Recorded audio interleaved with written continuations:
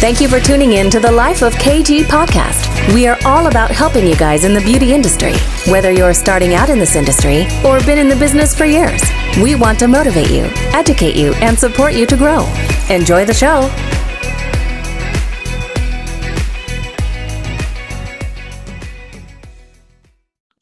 Hey everyone, welcome back to A Life of KG. So today I am extremely excited because I get to interview Kirsty Meakin. For those of you that don't know who Kirsty Meakin is, she is a huge nail artist. She is recognised globally. She's won tons and tons and tons of awards. She judges competitions now. She's an educator. She has her own brand. She's a YouTuber. She literally just does everything. I don't know how she fits everything in. Anyway, I can't wait for her to share her story and find out what motivates her and how she kind of works Instagram as well, because she's huge on that. So without further ado, here she is. Kirsty, thank you so much for coming on the Life of KG. Oh, you're very welcome, Doc. You're very welcome. How are you doing? All right? Yeah, I'm all right. I'm all right. Busy. I'm like super busy at the minute, to be honest. I bet you are, and I can't wait to get into everything that you're doing at the moment. But first of all, can you just introduce yourself to those that might not know who you are and explain what you do? Okay, so I'm Kirsty Meakin. I've been in the nail industry since I was 17. That's when I started. So I am, well, on Monday I'm actually 42 years old. No way! So that's like, it's a lot of years. I'll let you do the maths. So yeah, I started out as a beauty therapist, then got into nails, theatrical makeup, all that. I've won over 100 competitions throughout my many years of doing nails, and mainly concentrate on teaching and doing YouTube. So I present the Naio Nails YouTube channel. I do have my own channel as well. I've got 183,000, I think it is, followers on Instagram. So love Instagram, love TikTok, all that shebang. So you need to check us out on there. But yeah, just love everything to do with nails and education. Wow, I love it. So you're extremely busy. Yeah. So Kirsty, what's your story, your background? Obviously you started at 17. What was your home life like? What made you go into this industry to begin with? Well, I kind of fell into this industry, to be honest. I've always had a keen interest in anything creative. So I always played about with makeup and nails as a youngster. Went to college when I left school, did photography, I did media studies and art, and then met a boy, sort of changed what I did. So I just basically met a boy and I was like, yeah, I don't need to go to college and all that anyway. So dropped out of college, and then my mum was like, you need to do something with your life. Come on, you need to do something. So I did like a YTSO, which is your training schemes at that time, because I'm old. So did that, and yeah, just applied to work in a salon doing beauty and nails, and I did that, did my qualifications, and just fell in love with nails. And when I did nails all those years ago, it wasn't quite like it is now. It was far different. There was no coloured powders. You just used, the best you could use for colour wise was like a transparent pink. There's no cover pinks or anything like that. Everything was sculpted. I used an e-file. I used an e-file and a metal file. That's all we used. We didn't use any, like your normal nail files that we use a lot nowadays. So it was very different. Everything was sculpted. So I feel like I was actually thrown in at the deep end. Nothing was made easy for me. We didn't use tips, and using an electric file is a craft on its own. So I found that I was thrown in the deep end, but I did love it, but I didn't know anything different. So yeah, that was absolutely fine. I think it's a bit easier nowadays to to learn to do nails, because there's different products out there to make things a little bit easier for, you know, for people that are learning to actually to do it. So I think, you know, it's a great career. I then obviously went on to work in salons. I had my own salon. I had my own brand. Then went through a really rough time with my children's dad. Don't want to go into loads of detail, but yeah, that was pretty rough, and I kind of sunk into quite a depression. So stopped that, and then still continued doing nails because I loved it. I was teaching, and then Naio Nails approached me to present their channel, so I did that, helped to grow their channel, thus growing my own profile as well. Did loads before that, did lots of competitions, which I loved doing, and I think it's like the best thing you can do to really push yourself. It really does expand your creativity and your skills, because you're working under a lot of pressure, and I really think that really does help. Definitely. Wow, what story. So did you ever dabble in any other side of beauty, or has it always just been nails? Because you are obviously nail queen right now. Well, I did, yeah, I did like, you know, a qualified beauty therapist, so I did waxing, facials, massage, did stuff with Faradic machines, and you know, I did quite a variety of different things, makeup obviously, and I did a theatrical makeup course at Stoke-on-Trent College. From that, actually landed a job teaching nails at Stoke-on-Trent College, and did that for a couple of years, and then that's when I progressed on. But yeah, I do love beauty. I love it. Well, you know, who wouldn't? Yeah, I know, it's the best industry.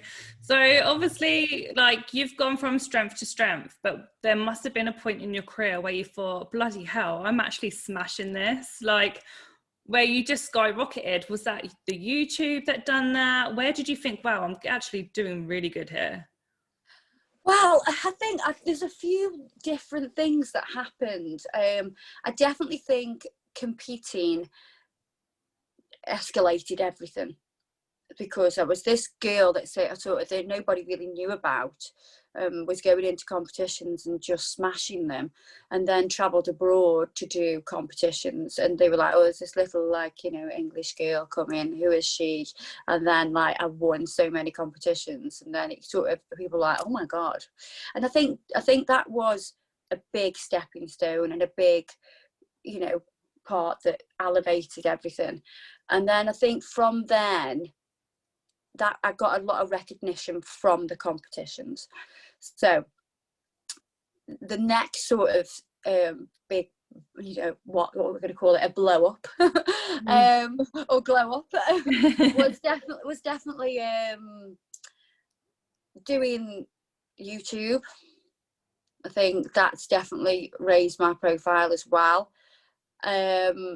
And there was a certain stage where because initially Naio just wanted me to give instructional videos to show people how to use the products, and then it switched, and it was one video that switched, because I could be just me. So I was talking about nail terminology, and if you haven't seen the video, you should check it out. It's very old, but I'm talking about, like, the different keywords that we use in the nail industry for those newbies that maybe don't know what I'm talking about when I say apex, side walls, and lateral folds and things like that. So I was more myself in that video, and everybody really liked it. And then so I was just more me. And as I am now, I just chat and be me. And the more relaxed I am, I find the more creative I am. And I think from that sort of point, from doing the YouTube videos, it then escalated again. So I do think that it's not just been one thing. So it's fair enough, you could have one video that goes viral, but if you don't catch hold of that and ride on those tails and keep producing, then you'll be some old news. So it's hard as well to keep producing different nail art all the time. Yeah, but I love it, and I because obviously I'm naturally creative, so it comes naturally to me. So yeah, I always remember when I started in the industry, so 12 years ago, and you was the person that I looked at on YouTube to learn nails. So I always know you from YouTube, from obviously back in the day. Yeah, it's crazy, isn't it, how just times change and everyone evolves. It's crazy. Yeah, that's it. There's definitely been pinnacle times in my career that I can remember. Oh my God, and that was really good. And I think that the last sort of thing that I was really wowed by was being nominated for Nail Artist of the Year for the American Influencer Awards. And I was like, well, hold on, I'm not even American. Have they got this right? Was this meant for me? And they're like, no, like it's an international awards. So going to LA and to the Dolby Theatre where they do the Oscars was just like mind blowing.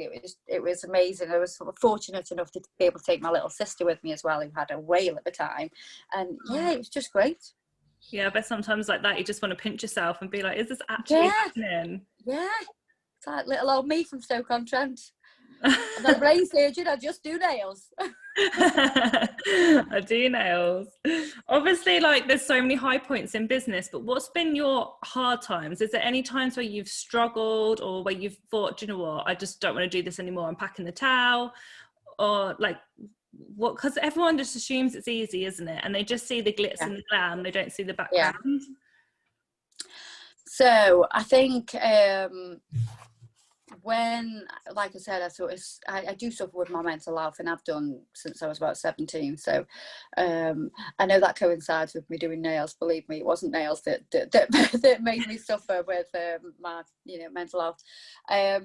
So I think when I did have that episode of really going really low, it was to do with an old partner and the abuse that myself and my children had gone through, and that did affect my work. It affected my creativity. I found myself not being able to evolve ideas in my head. And now my mum's trying to FaceTime me. That's why you can't see me. So apologies. Okay. She knows that I'm doing this as well. How rude. How rude. She knows that I'm doing this. There you go. So she'll probably just remember now and go, oh yeah, she's doing that podcast thing. Yeah, so anyway, what was I saying? Oh yeah, so I just I found like I couldn't evolve ideas, and I thought, you know what, this industry can be a bitchy place, and people can say bad things about people, and not necessarily, doesn't even have to be about me, it could be about other people, and you see how dark it can be at times. And I did think, I've had enough of this. And I was doing phase nails, and because I've done phase nails for over 13 years, and I said to it, you know what, I think I'm just going to jack it in. I'm going to do something else. I just don't think I can do it anymore. And she sat there and absolutely broke her heart, and she was like, you can't do this. You're too talented to not do this. You know, you can't, and you can't do this to me because I need my nails doing. So yeah, I've had low moments, and those low moments are generally down to my mental health. Yeah. I mean, it's such a huge thing now, isn't it? And a lot more people are talking about it now to make it more awareness for other people, which is so good. Mm-hmm. So it is, and don't get me wrong, I might have low points, but the high points by far outweigh those low points, and I think you have to remain focused and think about those, those high points, and how good things have been, and I think having a great support network around me really helps. It really does. Yeah, definitely. It's all about who you surround yourself with, isn't it? Just to keep you strong and positive and just help you get through them dark times. Mm-hmm. Definitely. What is it that kind of keeps you motivated? I'm quite competitive. Not gonna lie, it's not a bad thing. Really? Is that weird? Right, I would never have guessed. I think being competitive motivates me. I always want to do better. I always look at my work and think it could have been better. And I sort of evaluate what I've done. How could I make that better? And then I go and do it. So I'm always challenging myself, and that definitely is my motivation. Don't get me wrong, we're all motivated by money, aren't we? Because we all need to live, and we all need to provide for our children. I've been a single parent for quite some time, but you have to be motivated creatively, and the competitive side of me motivates me first and foremost, to be honest.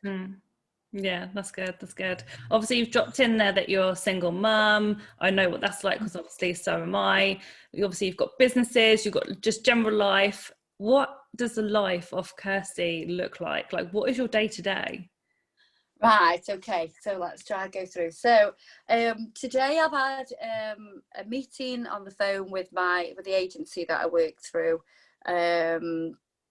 So I've been on the phone to them for about an hour and a half, going through different things. I've been on the phone to my PA, going through different things that I needed to do for me.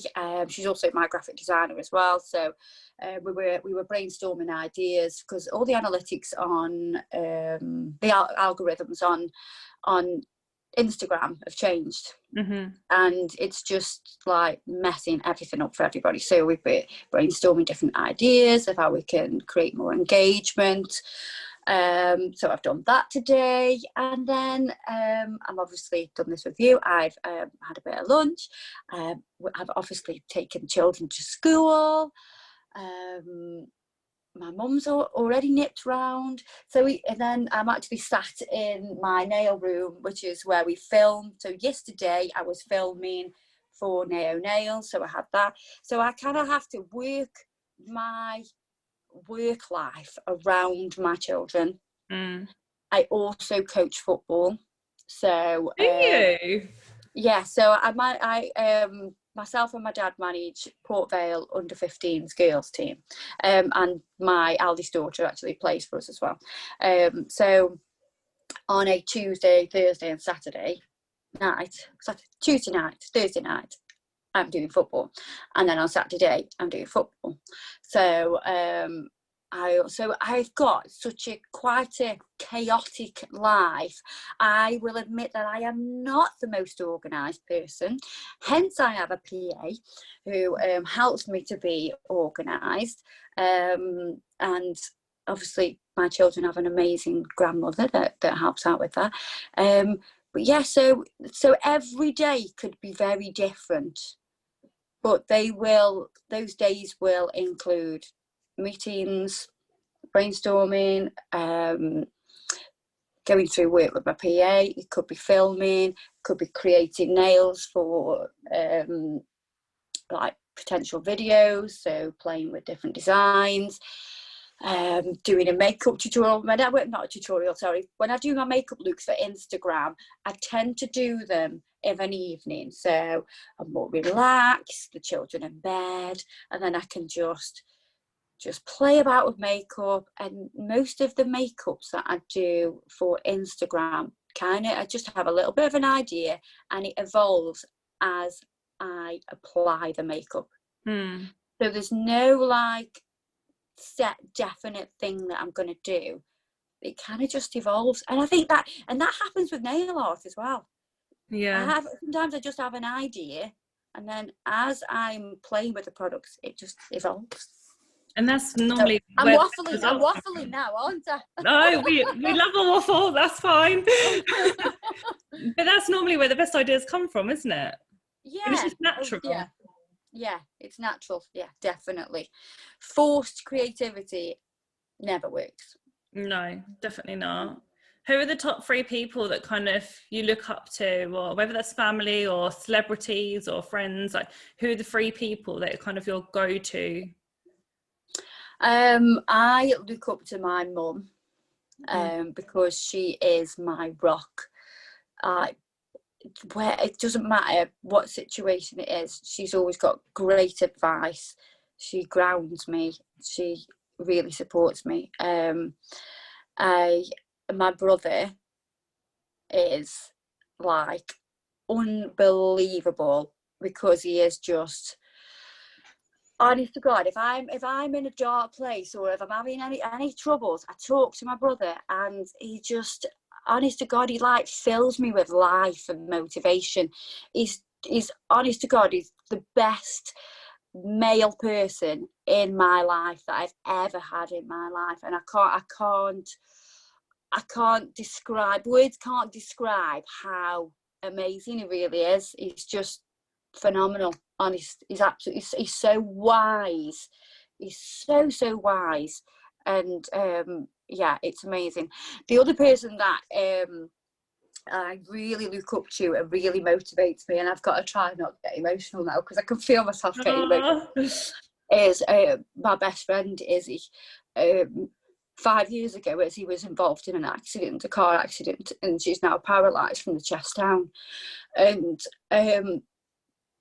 the way that she has come through everything that she's been through is just extraordinary. She is an inspiration, not only to me, but to many other women out there, because I just don't know how. If that had happened to me, I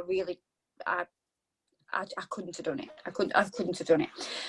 The way she's managed to cope with everything is because she's just got such an amazing attitude to life. She, don't get me wrong, she has down days, but she focuses on the future and the brighter times that are going to come. And due to a life experience that she's had, she's actually doing Open University at the minute to become a counsellor. So she's doing psychology and all that. And she's going to be amazing, because she really is like very talented when it comes to talking to people. And I just honestly, I can't describe her well, enough, because she's amazing. She's a massive inspiration. And honest, I've told her she needs to write a book. Yeah. Because I think people will see her in a wheelchair, and they could maybe think she was born like that, or they can, people have these perceptions of people that have got a physical disability, which obviously, in my opinion, is just so wrong, because Izzy is like still the same Izzy. We used to have like crazy nights out. We used to go out like once, so like say on the Friday night we'd go to Birmingham and have a crazy night out, and on the Saturday night we'd go to Manchester and have a crazy night. And we used to really live life to its fullest, and we still do that now, obviously we've all grown up a little bit and we've calmed down, but she's got a great career. She still worked up until last year, when she decided she wanted to go to university. So she's just like amazing.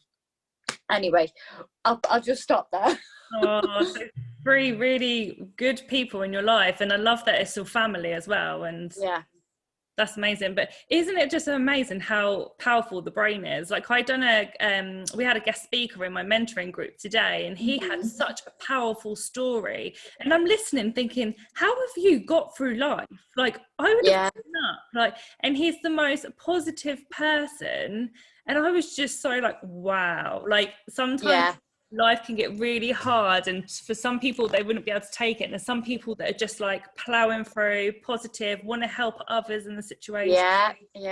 It's just amazing. It's amazing, because I think you think you're not strong until you're probably put in those positions and you realize how strong you are.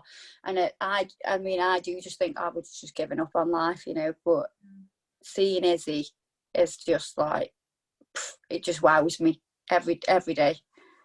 Yeah, that's amazing. Good on her. Yeah. But let's get onto Instagram. Obviously, Yeah. you've got however many 183,000 followers. I'm sure it took time to build up that. It did. Instagram's a full-time job in itself, right? It's just a whole other business. You put extremely good content out there. You connect with your followers. What kind of hints and tips can you give people to be able to grow their Instagram? So growth wise, it's all about interaction and connecting with your audience. So you need to know what your audience likes, and you're able to figure that out by looking at your past posts. Some people put really crazy nail art on and it doesn't really get that many hits, and then they'll put a plain set on and it'll get loads, or vice versa. Depends what your audience is. And there isn't a magic recipe to it. Believe me and Adam have been trying to figure out this magic recipe, but we can't figure this one out. So it's about engagement, getting your audience engaged and seeing what they like. And I think everything needs to be really authentic. So I would never promote a product that I did not like. I have been offered many opportunities to promote through Instagram from other brands that they've sent me products, and if I don't like them, I won't put them on, because I want it to be a true representative, of what I like. And if I don't like it, well, maybe others wouldn't like it, but I don't know, maybe they would like it. But these are my opinions that I'm putting onto my Instagram. So I want everything to be really authentic and organic. I'm really proud to say that I have never done any paid. You can promote, can't you, on Instagram, and pay to promote it and everything like that. I've never had to do anything like that, because I've always wanted everything to be really organic. So I know my followers are there because they want to be there, which means they'll stay there. Creating really good content, as in short videos, because the capture time for people to watch isn't long. People will scroll. Think about your own natural habits that you do. We're all like, a bit of a scroll, and we'll do it 10 seconds. If you haven't captured somebody's attention in the first 3 to 4 seconds, they will scroll. Yeah. So they won't click on to watch more. So so I would definitely, if it's a video or a picture, you've got to capture them straight away for them to look at it. Oh, that's nice. And then they'll look more, and then they might give you a like. Yeah. So I try to take all my photos really clean so they can be crisp. The nails are busy in themselves, so I don't want to make everything else too busy. That's really important. If you look at like my makeup photos, they're not busy. It's all about the makeup and the nails, because I have to throw the nails in there, don't I? So, and I do think doing the like and share to win things definitely works. People do that, people tag me in loads of stuff if they want to. So if you've used a product and you want to get more engagement, so whatever product that is, you need to be tagging that company into your post, because then that company that may have all these followers will share your work. So anybody that tags me and I like what they've done, I will put it on my stories, thus giving them more followers and engagements. Because people might go, oh, I actually like that. Who's done that? I'll have a little look. And the snowball goes. So that's really important. Don't get hung up on your likes too much. As long as everything looks nice. So if we go onto my Instagram, I changed my Instagram, how it looked. I wanted it to look more aesthetically pleasing to the eye. So I don't know if so if we look here, I know those that are on the podcast won't be able to see it, but if you check out my Instagram, it's all very neat. So so it looks aesthetically pleasing. So when people go onto it, it makes them want to keep looking. If we scroll further down, we keep going further down, you'll see where it looks a little bit more messy. Mm-hmm. Yeah. Yes, the pictures are quite neat and tidy, but the grid doesn't flow. So it's about getting that grid to flow as well. And that will keep people coming back to look at your full profile. Does that make sense? Yeah, definitely. Do you find it hard though to keep that going? Like, so for example, for me, I always have to, I can't post unless something has really triggered me, or I feel really motivated by something. Otherwise I feel I'm just posting to post. So if I start like a grid and it looks how yours does, I feel like I can't figure out what I want to say or what I want to put to look the same, because I'm just posting to post. So I find that quite difficult. Yeah. Wanting to do that, do you know what I mean?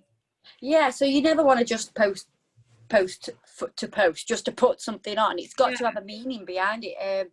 So obviously the meanings behind what I post are, I want to show people new ideas.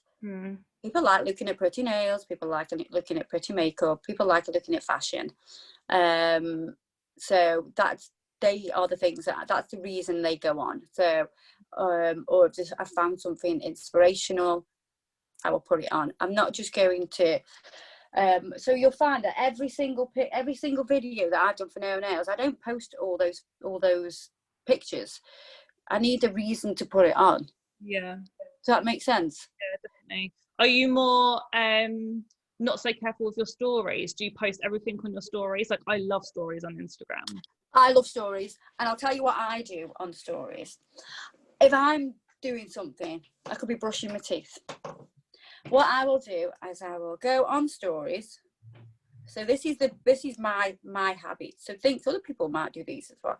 So I will go on to stories and I will just literally let them go through.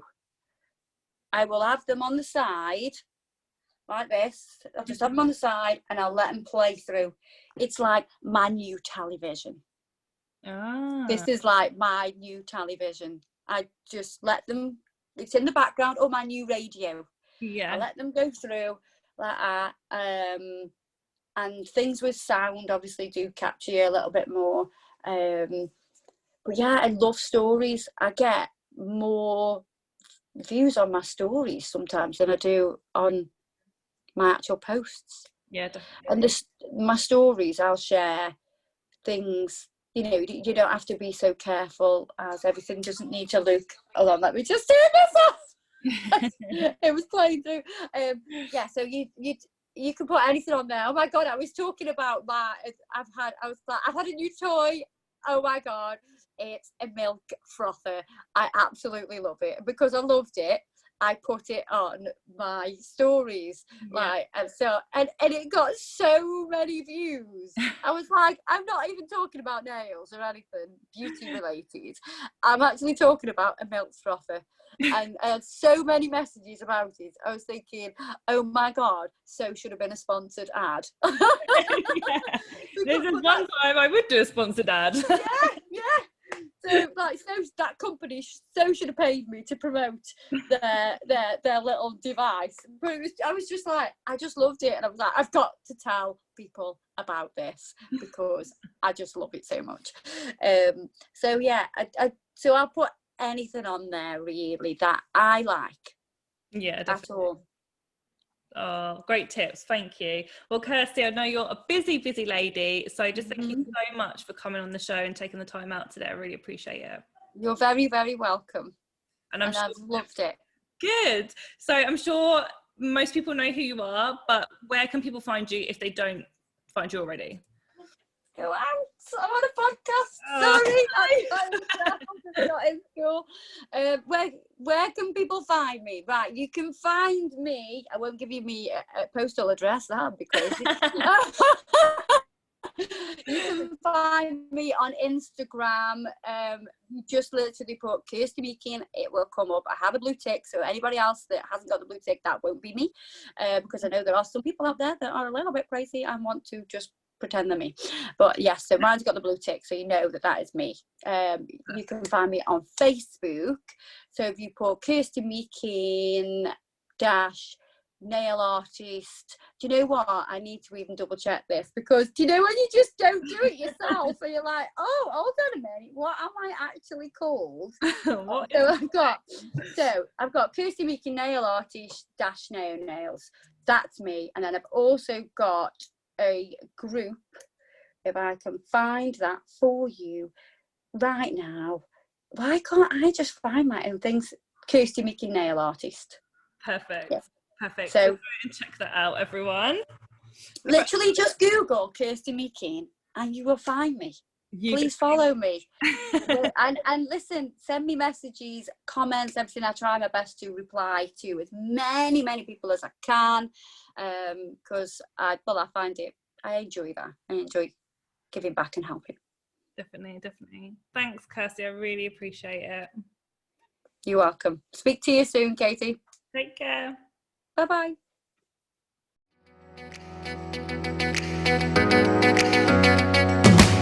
We would love to hear what you thought about this episode. I love the show, guys. You're awesome. Please leave a review and share on social media tagging @KG Salon so we can share. I always follow them. Until next time, have an amazing, successful week.